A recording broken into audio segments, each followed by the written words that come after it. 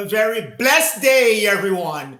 Greetings to you in the name of the Father, the Most High, Allah, Yah, Yod, Het, Vahuhet, Elohim, God in our modern day, and in the name of the Lord, Thoth, Melchizedek, Jehovah. This is Neophyte DAG bringing you another message from the series, Your Temporary Happiness is from following the plan of Lucifer. You might think that you're not following the plan. You might think that you are never following Lucifer's plan. But stay with me on this message and maybe I can show you something new. Riders and addendums to the contract, the agreement that our forefathers made with the Most High and the Lord. We covered the riders in my last message.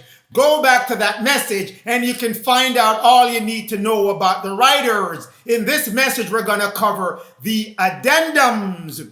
This is a summary of the rider that we're at this particular point in time before we move into the addendum. As I said before, go back to my message, the riders that we have made with the Most High and the contract that we have made with the Most High. Look at those two messages and bring yourself up to speed. Now the addendums. 3 addendums were added to the contract. What is an addendum? It's something entirely new that's added to the contract. Something entirely different from what's on the original contract. On the original contract, we covered that you, O children of Israel, should not eat any meat of any kind. Blood, that which is in the flesh, whether raw or cooked, you should not eat it. You were given some reprieve in Leviticus, but that reprieve had to be supervised by a high priest of the children of Israel, or you could not have any meat of any kind. It was only a sin offering. That meat had to be prepared by the high priest of the children of Israel. But now we get into the addendums, because the writers had to do with that said meat. You had to show signs that you were still agreeing with the contract. Now 3 more new things are added to your contract. An addendum, an additional item, entirely new, that's added to your contract. So let's jump into the addendum. First addendum, which is very important. This is where the children of Israel gets tripped up all the time. Do not worship idols. That's the first addendum that was added to your contract. Do not worship idols. Leviticus 26 verse 1, where the Most High and the Lord makes emphasis and makes mention of that said addendum. You, O children of Israel, shall not make you no idols, nor graven. Graven is anything made with wood or stone. No wood or stone image shall you make. Neither shall you construct anything of wood or stone that you're going to worship. No graven, molten image, no idols. Nor shall you build any standing statute of images. Neither shall you set it up in your land, in your community, in your building, in your church. I never put you in a church to begin with. And most importantly, that image, it shouldn't be built and then on top of it, you're going to bow down to it. No, you shall not do that. The only one you should bow down to is the Most High, Allah, Yah, Yod, Het, Vahuhet, Elohim, God in our modern day, and the Lord, Thoth, Melchizedek, Jehovah. And they're telling you, I don't want you to set up any image. It's coming from the Most High and the Lord. They didn't tell you to set up any image to worship them. Better yet, going out and setting up other images of unknown gods and worshiping it. No graven image. No images of metal, which is called molten images. None at all. Leviticus 19 verse 4. Turn you, children of Israel, not Do not, children of Israel, turn to any idols. Turn you not to idols, O children of Israel, nor make to yourself molten gods, gods made out of metals, none at all. I am the Lord. Thoth is my name. I am your Netta. That's the instructions that were given to the children of Israel as their addendum to their contract. So if you think you're exempt from this or you haven't been doing any of this, no, wait until we get through this message before you make your mind up. But the Most High is telling you, no idols, graven, wood of stone, or molten, made out of metal that you melted and formed into an image. None at all. Genesis 1. Verse 28 through 29, that's your 5 divine laws. And where the children of Israel almost certainly at every time get stripped up. God bless them. That's your head. That's where you get tripped up all the times with the head, who you're going to bow down to and praise as your Most High. That's where you always get tripped up. The second spot where you get tripped up is Genesis 1 verse 29, because that's directly in your contract where it says you shall only eat herbs, fruits, trees, seeded ones shall be your meat. It's telling you, you shall not eat blood which is in any flesh, whether cooked or uncooked. Because when you're eating those flesh, you are eating husks. Husks is parasitic bronchitis that's in the meat of all sheep, goats, pig, cattle, lambs that form in them before they get to 1 year old. That's a husk.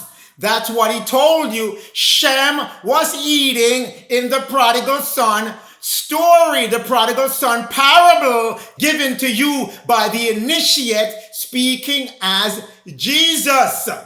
That's what the husk is. You always get tripped up with the food and with who you're bowing down to, because whoever is giving you these options to build up your molten and graven image, they know the laws of the Most High. They were part of the Most High's seed. They were part of the heavenly divine kingdom until they got cast out. So they know all the rules. So if you think you know the rules better than them, man, you have something coming to you.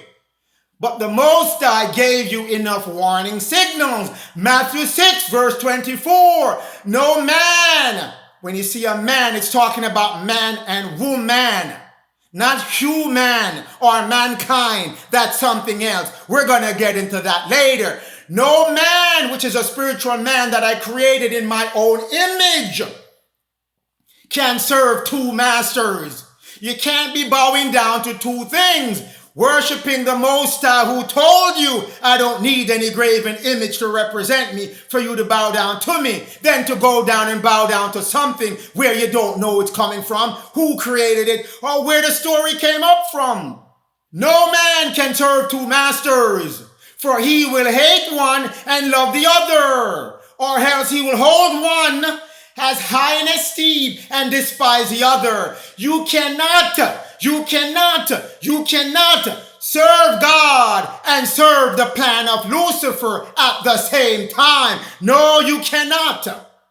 Mammon, the definition is on the right. You can figure it out. Who's trying to give you riches, wealth, and the gods of riches. Lower G, God of riches. Can't serve the two at the same time. So the Most High is telling you, don't build up any image thinking that you're representing me when I'm telling you not to set up any image to represent me or anyone else. You have to represent me. Be single-minded in me. That's what the Most High said. You need to be single-minded. Only me you shall worship and not set up any images. None. Apocalypse of Elijah 2 verse 23 through 27. No one is able to enter the holy places if he's double-minded. You can't be bowing down to one statue and graven image and molten image, then come back and say, Most High, I'm gonna worship you, when you start worshiping something that he told you specifically not to worship. Don't bow down, don't build any image, don't set it up on your land, don't set it up in your house, don't set it up in your church, don't set it up on your office building, don't set it up at all. The one who is double-minded in his prayer and his actions is of darkness, not only to the Most High, but to himself, because he's corrupting his head, his connection back to the Most High. Even the angels do not trust him. That's why I'm telling you, do not set up those images. Do not put them on the wall in your house thinking you're doing something good, but you're not. You're violating your own agreement with the Most High. Therefore, be single-minded in the Lord and the Most High at all times. At all times.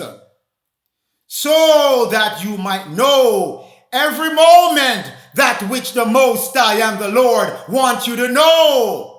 Because your mind is single, so you will get information to feed you as the single mind. When you're double-minded, no one wants to send you anything from heaven. We're just not sure how you're going to use that information, whether for good or for evil. So you got to be single-minded. Do not worship any of those statues. Do not set up those shrines or temples or places of little sacrifice that you're setting up for whoever God that you're trying to call to help you to get money, to help you to get business, to help you get relationship, to help you with all kind of things, when the Most High is telling you, my energy isn't going there. That's a trap. Guess who knows about this eternal contract? Guess who knows that your head and your stomach are your vulnerable spots on your ankh? You are the cross, my people. You are. Any man that does not take up his cross daily shall not be my disciple. To the foolish, they say the cross is foolishness, but to the wise, the cross means righteousness and everything to make you connect back to the Most High. We go to the seal portion, chapter 6. Lucifer have I cast out into your world, as the law requireth. Lucifer wanted to follow his own plan, not the plan of the Most High. He wanted to move that plan to the children of the Most High on our planet. He was cast out as the law required. If you're not going to be a spiritual being, to serve unconditionally in righteousness the people, the children of the Most High, you cannot stay in heaven. Got to be kicked out. Lucifer knows these rules that I'm telling you. He knows you're vulnerable in your head and your stomach, because those are specifically in your contract. So those are the areas he's going to test all the times. He knows he has to abide by those laws of heaven so he can tempt you and entice you and let you walk into that trap on your own. Let you walk into that trap on your own. That's what he does. So that's why I have to alert you. There's a trap, there's a pothole in the road ahead of you or right where you're driving. Watch out and be careful. His glory has been taken away from him and has been given unto the Lord, Jehovah Melchizedek Thoth. Before the Lord and the Most High, you shall bow your knee and give glory. That's the only time and thing you should be bowing down and giving glory, not to these images, because they tell you, don't set up any image. No need to set up any image to represent us. Glory be to the Most High and the Lord, and to them you shall bow yourself in humbleness, in humility, and give praises and glory to the Most High. That's what he's telling you. That's the instruction, not to go set up any statue on your wall, any plaque here, or do this, and put this in your book and that in your book with images of whatever person hanging on crosses and all kind of stuff. No, that's a graven image. Seal portion, chapter 11, verse 79, showing that that person has bowed their knees in worship and prayer to the Father all the days. That's the Hebrew custom that's being talked about. When you pray, what do you do? What do you do? When you pray, what do you do? You go on your knees in humbleness to the Father and the Lord Thoth, Melchizedek, Jehovah, and you pray.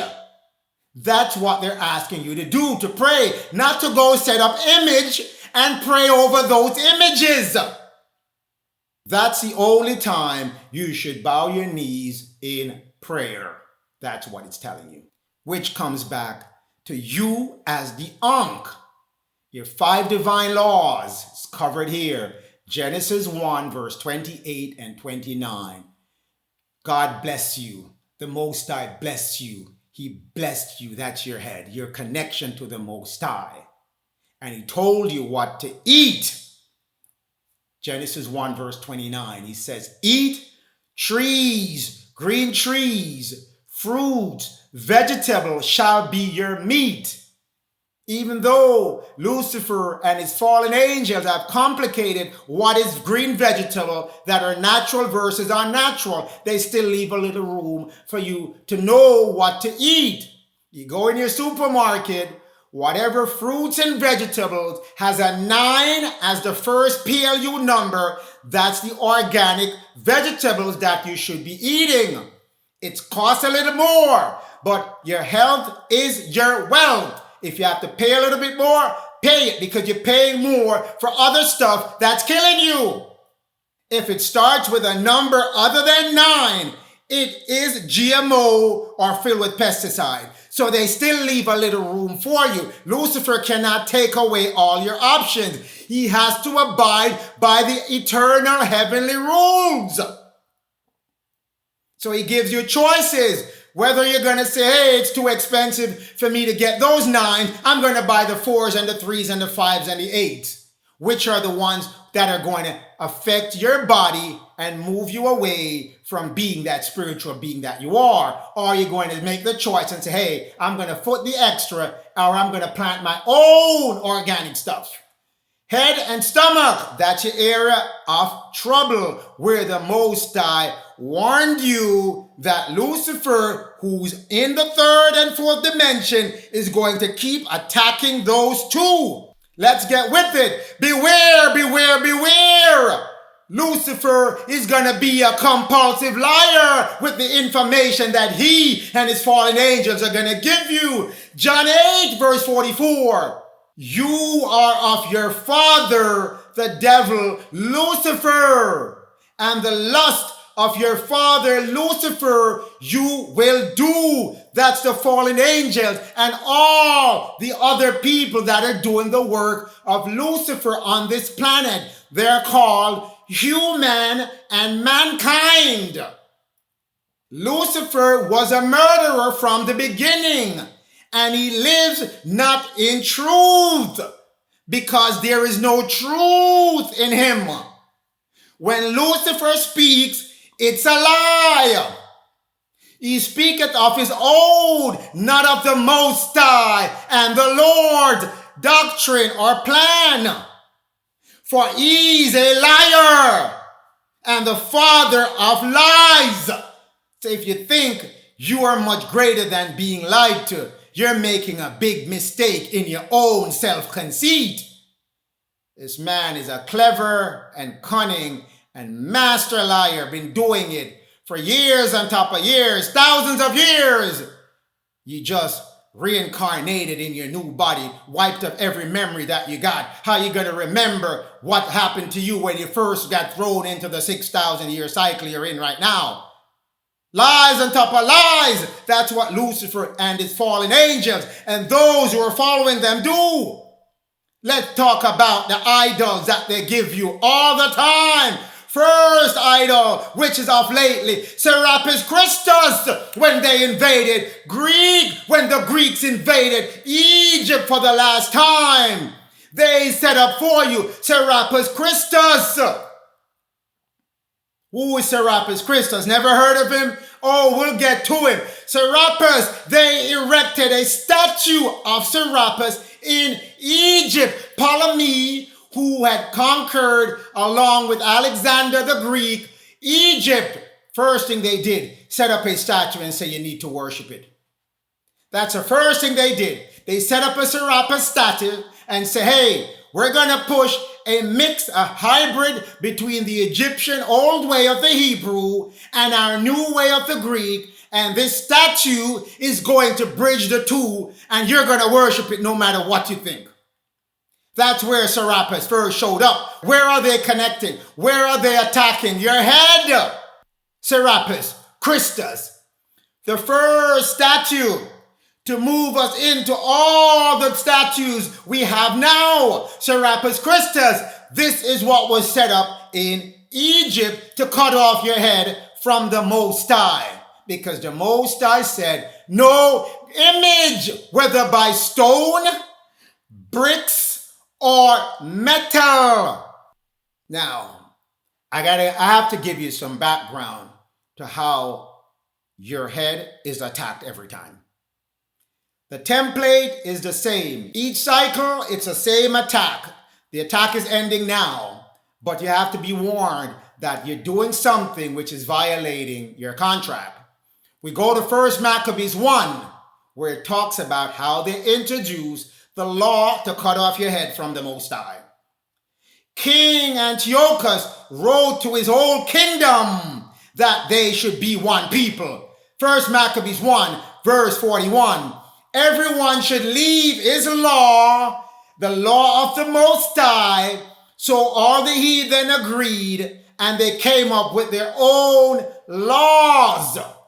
Many of the Israelites consented to that law, and they consented to his religion, sacrifice unto idols, and profane the Sabbath, which is another one of your addendum, but we'll get to that later. For the king sent letters by messenger to Jerusalem and the city of Judah, city of the Jews, that they should follow the strange laws of the land. Just like when they reached North America, you were put on a land and you became a stranger following a strange law. And what they did, they forbid any burnt offering, any holy sacrifice that the high priest need to make, the sin offerings, they banned that.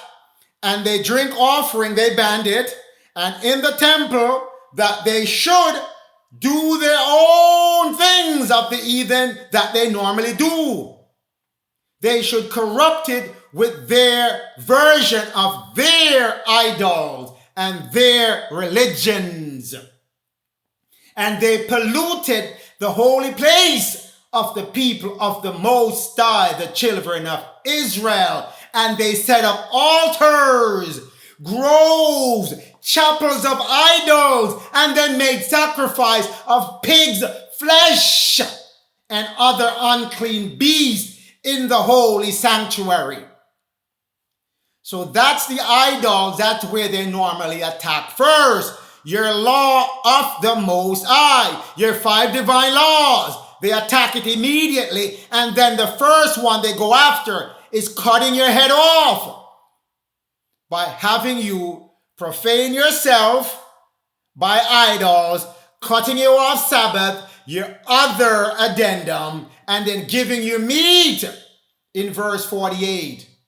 So that the children of Israel should leave themselves uncircumcised, not cut off from eating meat, and make themselves and their souls abominable, hateful, disgusting, despised, polluted with all manner of profanities, all manner of corrupting things, all manner of idols, to the end that you, O children of Israel, might forget the Most High's laws, his 5 divine laws, 7 principles of the Lord, THOTH, and shall change all the other laws that you had within those 7 laws, which is love your neighbors as you would love yourself. Do unto others that which you would want them to do unto you. And whosoever would not do according to these new laws, what happened to you? You were put to death immediately. If I can't get you to cut your head off and your stomach off, I am going to kill you immediately. That was the decree back in the Greek Egyptian era. It doesn't change in our time. Doesn't change at all. Same 2 things are gone after all the time. Your head and your stomach. 1 Maccabees 1 verse 56. And when the Greek had torn up into pieces the Holy Bible, any Bible they can get their hands on, they tear it up. Any Bible they found, they tear it up. They burn them after they tear them up. So do you think your Bible that you have now is the original Bible with the original words? No, they tore it up, formed their own Bible, the Septuagint, and give it back to you to worship. 1 Maccabees 1 verse 57. And whosoever was found with any of the book of the Testament, the Old Testament, or if anyone who's committed to the law, who said, I'm going to follow the law just the same, even though they tear up books and burn it, I'm going to follow it. The king commanded that they should be put to death. That's what King Antiochus commanded. They had to tear you away from the head, which is God bless you.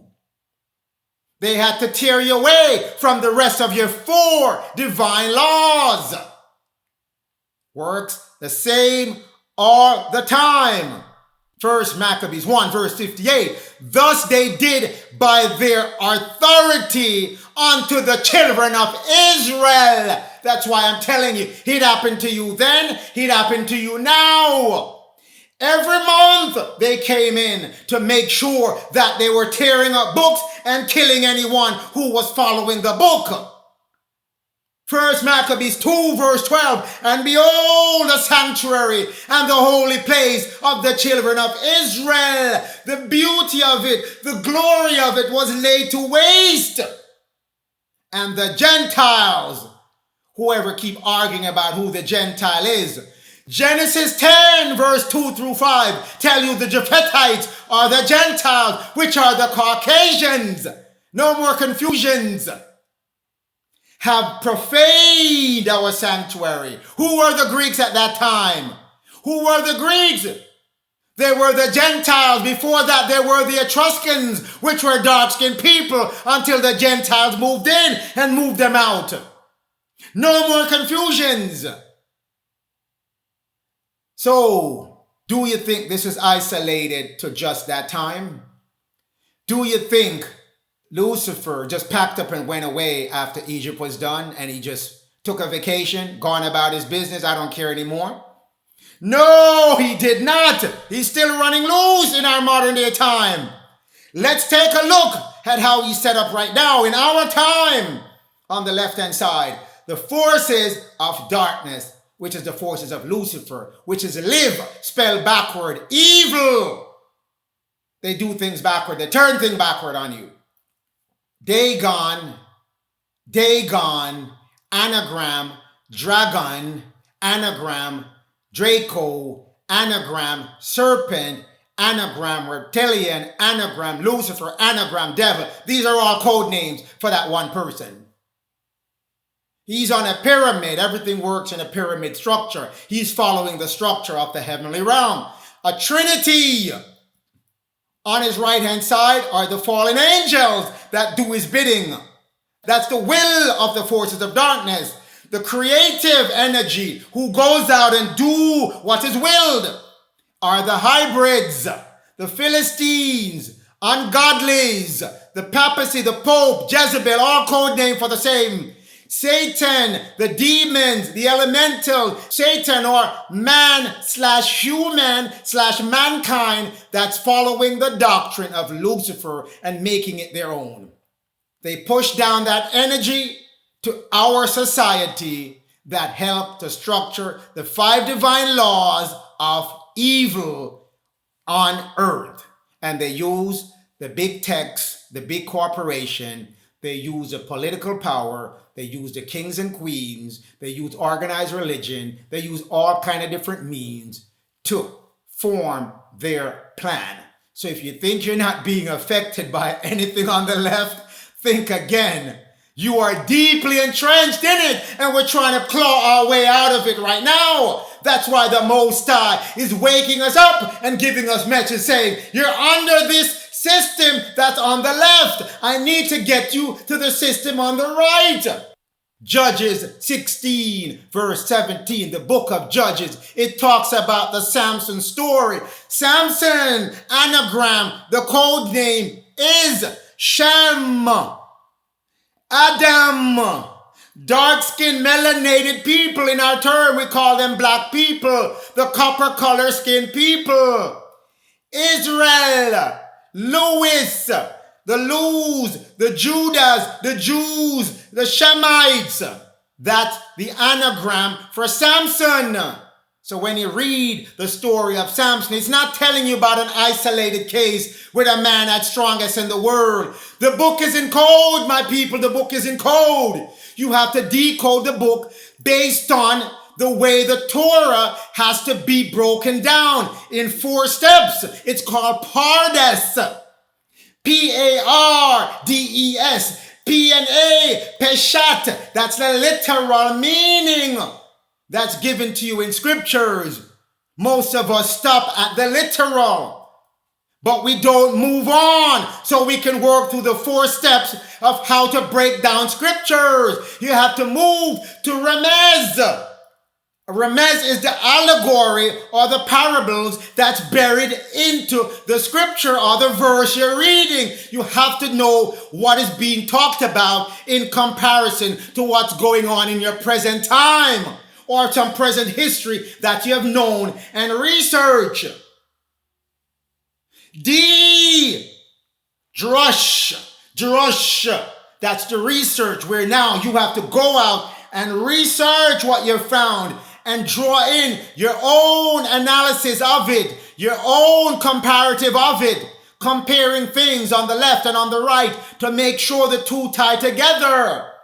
That's your drush. And then Sod is where you're going to arrive at after you do Pardes, Remez, and drush. You're going to get to the esoteric conclusion of what you're reading or trying to figure out. The mystical meaning of what you're trying to figure out. The hidden meaning of what you're trying to figure out. You have to incorporate these things in order to find out what scriptures are telling you. You can't go just by precept and precept and precept. You're going from one coded precept to another coded precept, and you're going to still run into a little bit of traffic jam. You have to do some analytical thinking and research to dig deeper into the esoteric meaning. It's not a literal book. Let's get back to Judges 16 verse 17. And Samson told her, I'm not going to break down all of who I'm talking about. It's there for you. I am a Nazarite. There has been nothing that cut off my head. That's what I've been telling you. They always go for your head, because your head has your pineal, which is your direct connection to the Most High, and your pineal fires up your crown, which keeps you connected with the Most High. And the pineal keeps you connected with above and within your body. So they go after the head all the time to cut off that blessing, that traffic that's going back and forth between you and the Most High. It starts with your head. There hasn't been any razor on your head. Esoteric meaning, you have never been cut off from the Most High, since you were put in the image and the similitude of the Most High in Genesis 1 verse 27. And if you cut off my head from the Most High, my strength will go from me, and I shall become weak, just like the Japhetites and the Hamites. That's what Shem has explained to the Japhetite Delilah in this story. When you do the anagram and the transliteration for Delilah, you get the Japhetites. That's what Shem told Japheth, and that's what Japheth kept in his memory and then implement a plan, because he wanted to move Shem from being the strongest nation on the planet, in the center of the planet, take away his strength and let him become weak, and then his nation will become weak. Judges 16 verse 19. So the Japhetite made Shem sleep on his knees. When did the Most High talk about knees? You shall bow down on your knee and give me the praise and glory. When you let Japheth make you pray on your knees to Japheth's God, you're giving Japheth God the glory. Whoever that God is, we'll figure that out in a minute. So Japheth made you sleep on his knees, meaning he made you worship his God. You have to decode these things, my people, not the literal meanings anymore. Put on that hat, ask the Most High for extra clarity when you read things, and once you present yourself to the Most High, that you need the information and you're going to do righteously with that information to serve your fellow man and woman, you shall get that information. And Japheth called the hybrids. Japheth called the human. Japheth called mankind. And mankind came and shaved off your 7 locks. Your 7 locks off your head. Why 7 locks off your head? You only have 7 strands of hair on your head? No, you only have 7 dreadlocks on your head? No! Your 7 chakra that control your main lock that connects you back to the Most High got cut off. I saw the face of the Most High, and the name of the place was Pineal, as spoken of in Genesis, when Jacob, who turned to Israel, saw the face of the Lord in the location called Pineal. That's what they cut off. All 7 of your chakras got cut off in your head. They keep cutting off Israel's head. They keep cutting off the Shemite's head. Time for you to get your crown and your pineal back. And so began the slavery of the Shemite. So they began to afflict you. Know that my people will be afflicted for 400 years in a land that they're a stranger in your own land. The story starts to tie in and make sense. And his strength, his vital force went away from him. Shem's vital force went away. The Bible is a collection of the same stories written with different characters in different ways. Same story. Same in the Old Testament, same in the New. Let's move on. This is the person, again, that knows that you should not bow your knee to the glory of anyone, but he was able to let his pyramid of darkness entice the Shemites to lay on the knees of the Japhetites and start to worship their god Lucifer, aka Dagon. Let's figure that out. Judges 16 verse 21. But the Philistine took Shem, the ungodly human, mankind, hybrid, took you. Put out your eyes so you can't see, you can't learn. Take away your understanding. They make you stop reading books. They make you stop being educated. They make you stop your connection to the Holy Spirit, who normally would give you info. They cut you off. Once they cut your head off, they're in full control of you. And they brought you down and shackled you, put you in chains of brass, and grind you on the plantation, which are the prison house, anagrams, allegories. That's your story, Shem. In America, that's your story. Judges 16, verse 23. Then the lords of the ungodly gathered themselves together to offer a great sacrifice to who? Who they're offering this sacrifice to? Dagon, which is dragon, if you add an R between the D and the A. Anagram and transliteration. They're handing you over and they're celebrating what Lucifer had given them the opportunity to do to you. Because you had bowed your knee to Lucifer.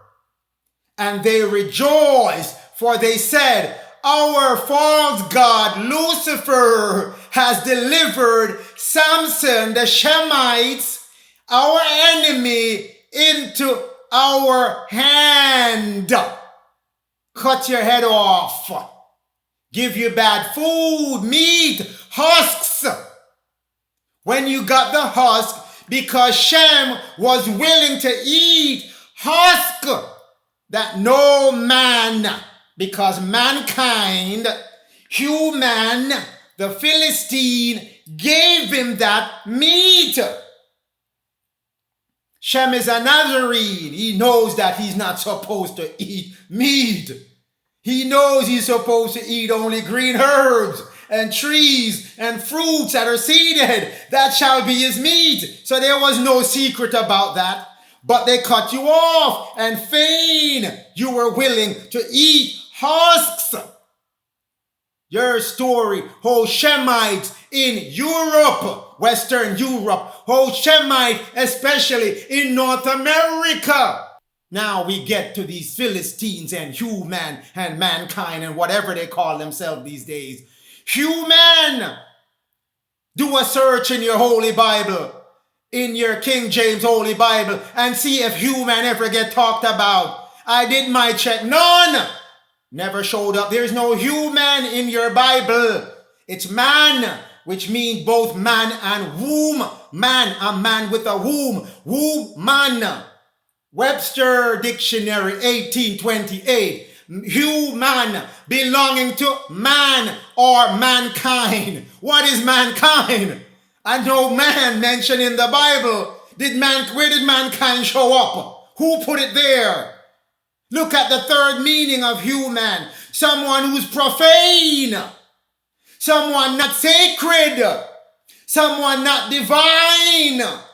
So you wouldn't find out this meaning. They strike out that meaning. They don't use it anymore. So you wouldn't know that you shouldn't be called human. You're a man. Human is a non-man. Mankind. That's human. A mankind. The Most High created man in his own image. He made them male and female. He didn't make mankind to be a spiritual being, a sacred divine being. They're something else. They're profane. They're polluted. So let's get to this mankind. Let's figure out mankind. It keep popping up. Leviticus 18 verse 22. Thou shalt not lay down with mankind. Why would your Bible tell you not to lay down with mankind? Isn't mankind everyone? No, it's not. That's the hybrid that Lucifer created with man and bees, reptilians, and all kind of different things that he crossbred and put back in the third dimensional realm that you're running around seeing what you think they're man, but they're not man. They're mankind. Is the Bible making a mistake telling us about mankind? It even went further. No, you should not lay down as well with womankind. It is an abomination.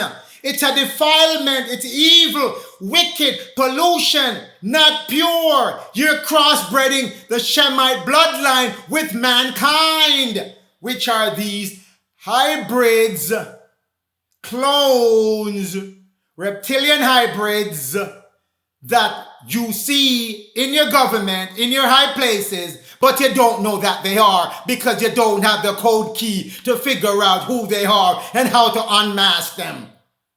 But the Bible is warning you. It's right there. Don't lie down with them. Mankind or womankind, because they come in both sets. It's an abomination. Was it just a fluke accident? It accidentally got printed in Leviticus? No! 1 Corinthians 6 verse 9 takes it a step further.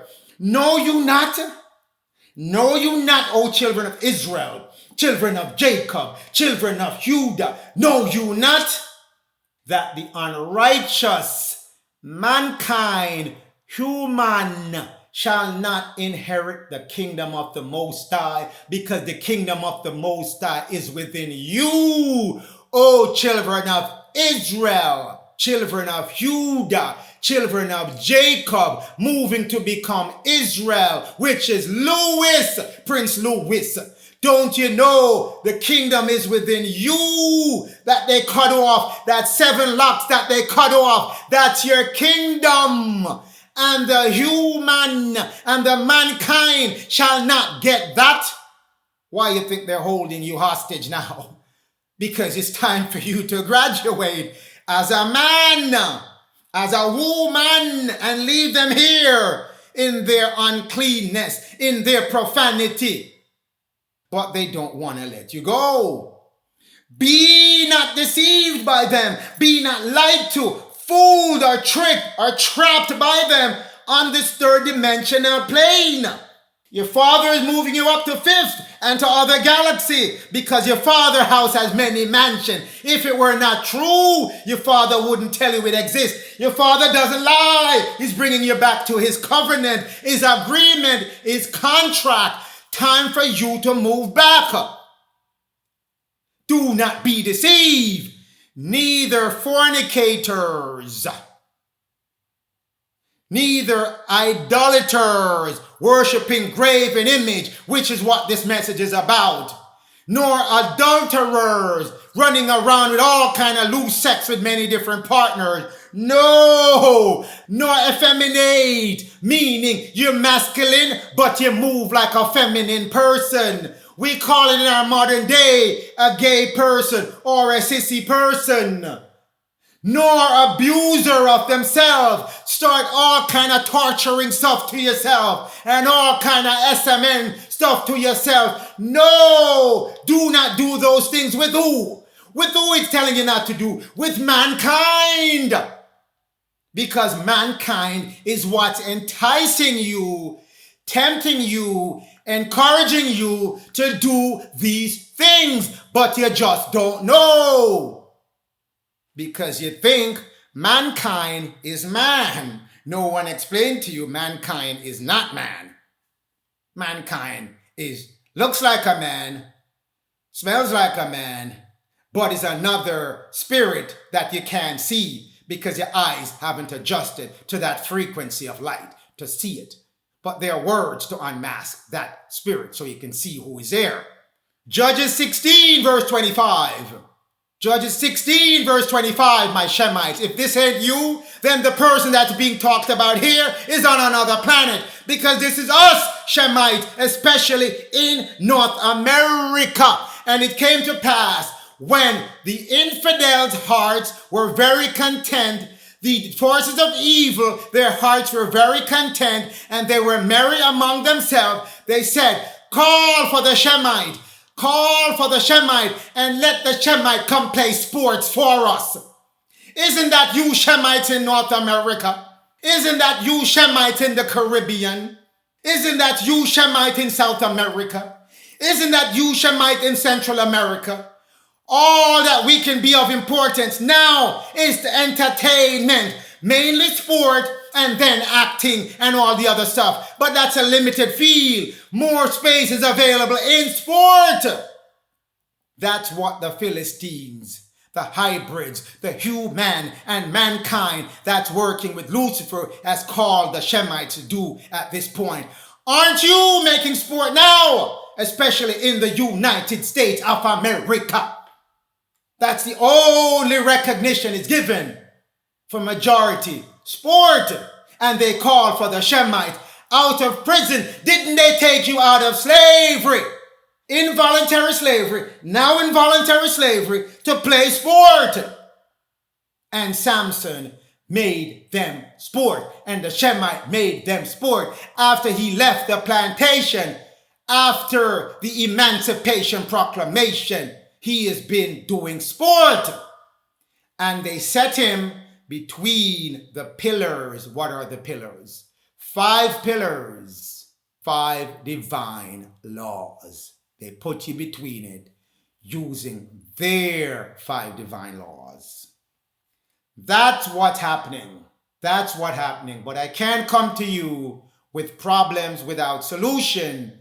Cannot come to you, O Shemite, because all good things that they're having must come to an end.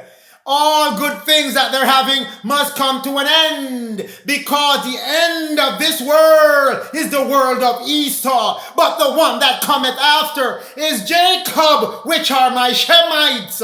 Judges 16 verse 22. Howbeit the hair of Samson, his head began to grow back. Howbeit it began to grow back again after he was shaven, after his head was cut off, his hair began to grow back. What do you think is going to happen when your hair start growing back? You're getting back your 7 chakra channels. You're getting back your 5 fourth dimensional channels. You're getting back your 7 principles of Thoth, Melchizedek, Jehovah. What do you think is going to happen? Why you think the mad rush now to get you all vaccinated, to continue giving you that bad food, entice you with all kind of temporary happiness, getting you on the internet to be happy, having all kind of lewd stuff on Twitter, Instagram, Facebook, all kind of different things that you're seeing now. Why? Is to keep your head cut off because your hair is growing back. Guess who again? Guess who know about you shall not worship graven image? The last time you did it on Delilah, aka Japhetic worship practice, you got into trouble, and you're still in that trouble. Let's move to Revelation 13 verse 11. The same story given now in the New Testament. And I behold another beast coming out of the earth. Earth is America, and he had 2 horns. One is democracy. The second horn is a church, Christianity. Like a lamb he came, but he spake like who? He spake like who? Dagon, which is dragon with the R added in between it. That's why I'm telling you it's the same story. Judge is talking about Dagon. Put the R in, they drop you into Revelation. Dragon. Revelation 13 verse 12. And he, that new nation, which is America, exercise all the power of the first beast, which is the Roman Catholic Church, which inherited its power from the Romans, which is the eagle, the first eagle, United States of America, the second eagle. And he causeth America and the people which dwell in America to worship the first beast, which is the image that the Roman Catholic has given you to bow down to. That's what this is telling you. Always crushing your head by getting you to bow down and worship something that the Most High tell you, the Lord tells you not to worship. Bow down to the Lord. No image needed to bow down to him. Give praise and glory to the Lord and the Most High. No image needed. And this is where we end up. Revelation 13 verse 4. And he lied, because I'm telling you, Lucifer is a compulsive liar. All those who represent his plan are compulsive liars as well. They cannot tell the truth. They're incapable of telling the truth. They don't know what truth is because they're so busy perfecting lies. And he lied to them that dwell where? Where did they dwell? Earth. Earth is what? America. That's what the Indians, the native Indians, which are dark-skinned, copper-colored people, call Turtle Island. America is Earth. North America is Earth. Wherever you see Earth in the Bible, it's talking about North America. So he lied to those that dwell in North America by means of miracle. There's no miracle, people. None. All it is, science and laws of the universe not yet understood by you because you haven't reached that phase in your development. And they use it and try to make it seem as if it's magic. There's always a cause to anything occurring. Let's move on, which he had to do in the sight of the Roman Catholic Church. Even though you don't see them up front, they are still behind the scenes, same as the Latter-day Saints Church. They're both there. All churches are of the plan of Lucifer, no matter what denomination. Don't be fooled. The Most High didn't give you any church, saying to those that dwelled in America that they should make what? What did he tell them to make? What did he tell them to make that your Father and the Lord tell you not to make? In Leviticus, did he tell you to make any images? No! Who is coming and tell you to make image? The Roman Catholic Church, through the authority of the government, the leaders of America, because America is where the seat of Dagon, the dragon, the beast, is. But they're ruling through mankind and human, who look like man, but they are not. And you're told to put up an image to the beast, which had the wound by a sword and did live. Who and what story you told someone got jabbed in the side? The white Jesus story. Let's put it out there in the open. How many of you have this image on the right in your house, on your wall, in your whatever book that you have? Somewhere in your church, somewhere in your workplace, somewhere in your bedroom, somewhere in your kitchen, somewhere some image of this is there. And you think it's all good. No, it's not. No, it's not. Your father told you, no image. No matter what material they make it out of, wood, stone, or metal, none. No matter what they tell you, that this is the image of the Father, the Son, and the Holy Ghost, lies. Revelation 13 verse 14 already told you it's a lie. How much more things you need to tell you that it's a lie? How much more? Now, this story about wounded by the side. All the books of the disciples of Jesus in the New Testament talked about the crucifixion, which again never happened. It's a mythological story. But they all talked about it. None of them, except one, mentioned the piercing in the side. Something so important, none of them mentioned it, except John. Matthew didn't mention it. Mark didn't mention it. Luke forgot it. Luke didn't have it. Only John tells about the story about the crucifixion. Why? This is where John talks about the piercing of the side. That image that was going to be set up for you. But the image has strong meaning to it.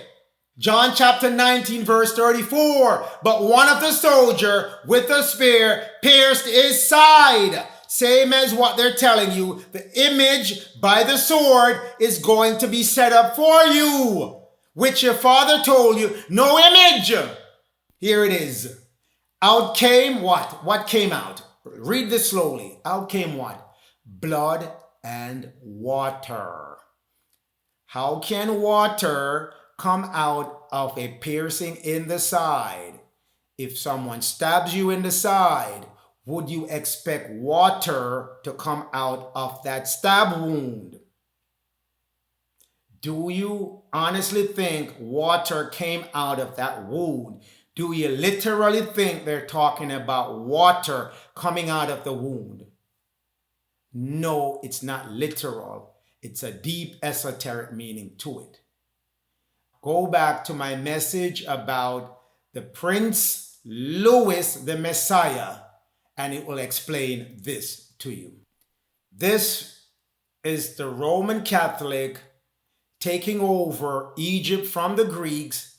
They adopted the Serapis image, made Jesus, the white Jesus, the same in their story that they created in the New Testament.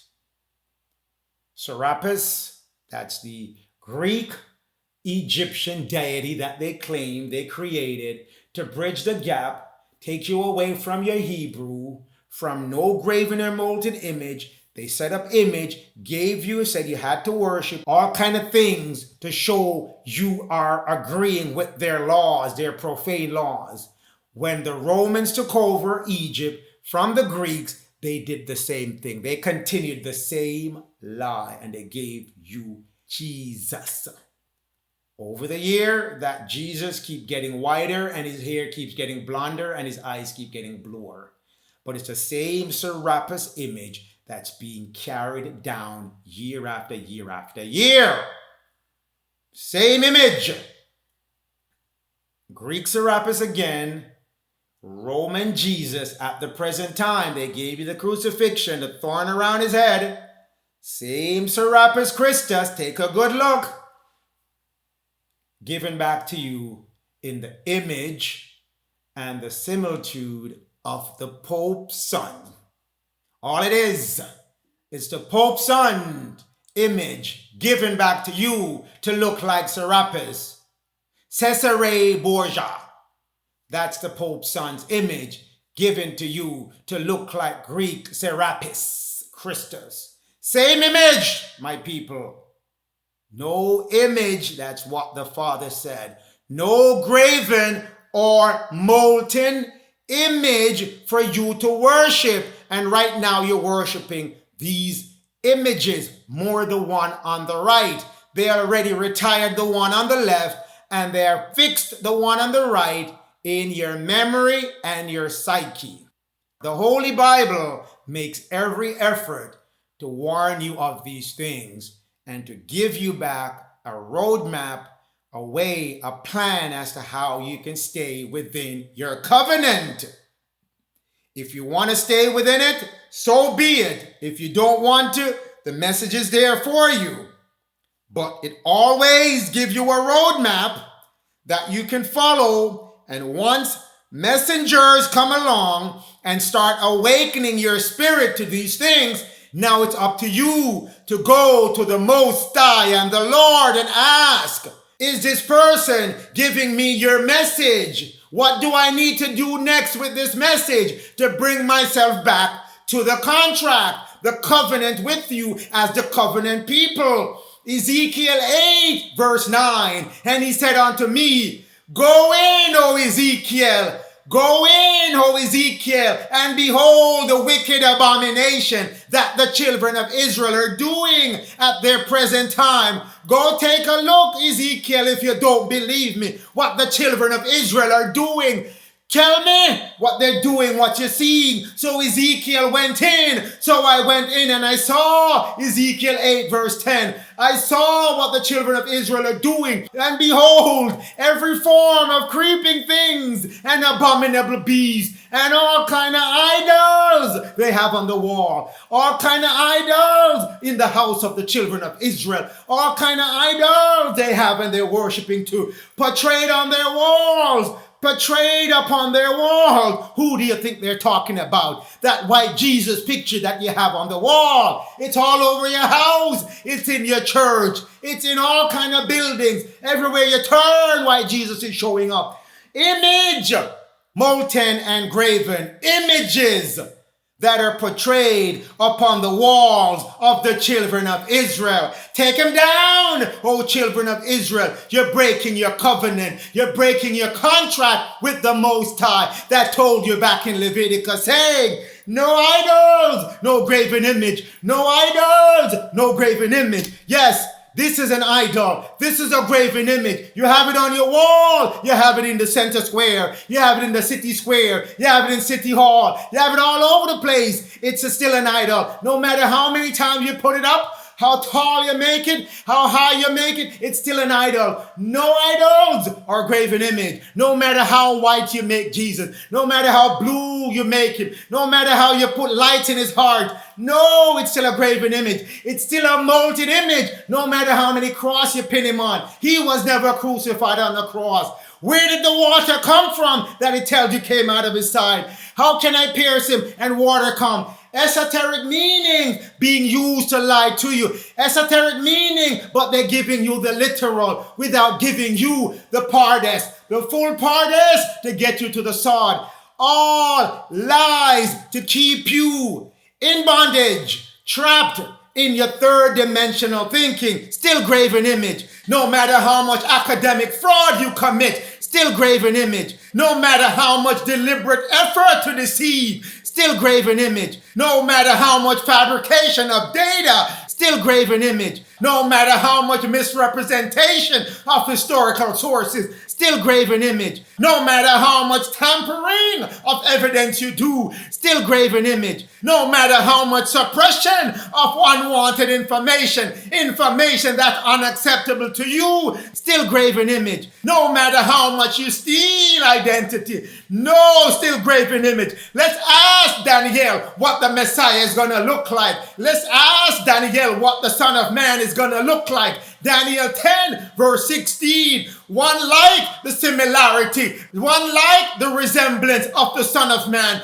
came to me, he stood right in front of me. Daniel 10 verse 6, he's telling you what that Son of Man looked like. His body, oh his body. His arms, oh his arms. Oh his feet, like the color of polished brass. What is brass? It's copper. What is brass? It's copper. It's an alloy made primarily of copper. That's what the Son of Man is going to look like.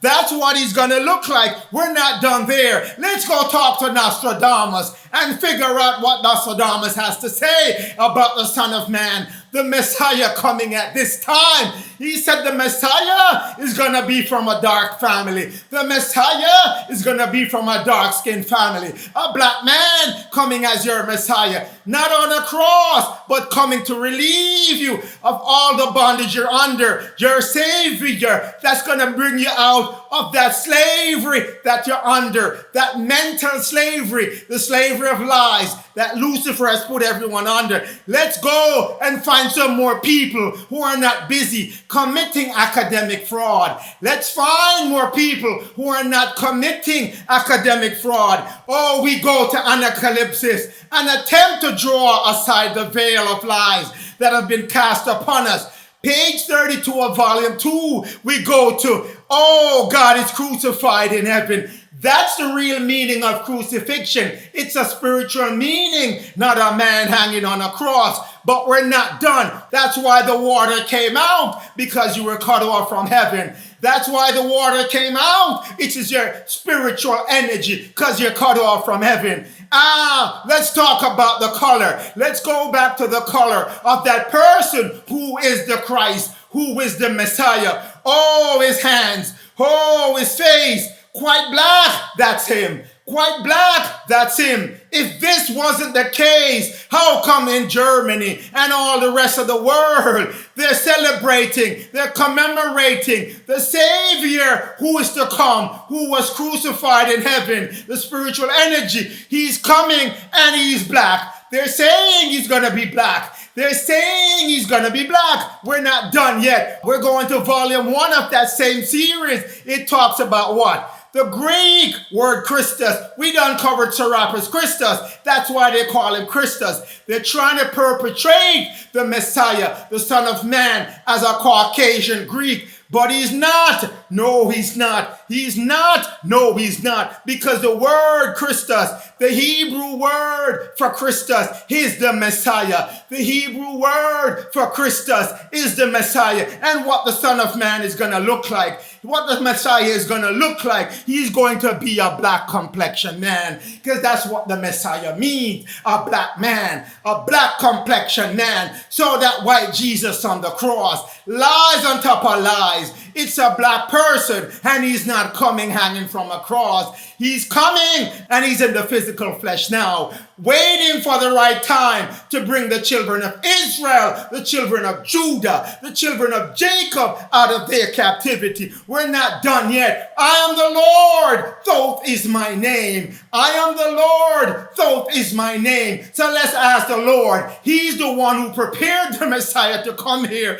at this time. He's the one who prepared him and said, Messiah, go relieve my people of all that stress they're under. Oh, the book of the dead, written by Thoth Melchizedek Jehovah. Thoth Melchizedek Jehovah, who brought up Osiris during our prior history. He brought up Horus during our prior history. What does Horus look like in this picture in front of you? What does Horus look like in this picture? Black hands, black feet. Black hands, black feet, a black man. That's who Thoth is raising up. A black man to come at this time to raise the children of Israel from the dead, to raise the children of Jacob from the dead, to raise the children of Judah from the dead, because the Messiah has to belong and he has to come from the tribe of Judah. And if he's black, the tribe of Judah is black. They're not Jews that are living in North Africa calling themselves and the place Israel. Israel is not a place. It's a man coming to move all the bondage from the children of Israel, the children who attach themselves to that energy of the Lord. We're not done. I am the Lord, Thoth is my name. I am the Lord, Thoth is my name. I am the Lord, Thoth is my name, and my glory I shall not give to graven and molten image. I am the Lord, Thoth is my name, and my glory I shall not give to a graven image, nor molten image. No! With that said, we're going to cover Addendum 2, which is the Sabbath, in the next message. Stand strong, O children of Israel. Let go of those images, molten and graven images. No, move back to your contract with the Lord, Thoth Melchizedek Jehovah, and the Most High, Allah, Yah, Yod, He, Vahueh, Elohim, God in our modern day. Praise to you always and forever for giving us the spirit of knowledge so we can move ourselves back to your holy covenant and contract agreement.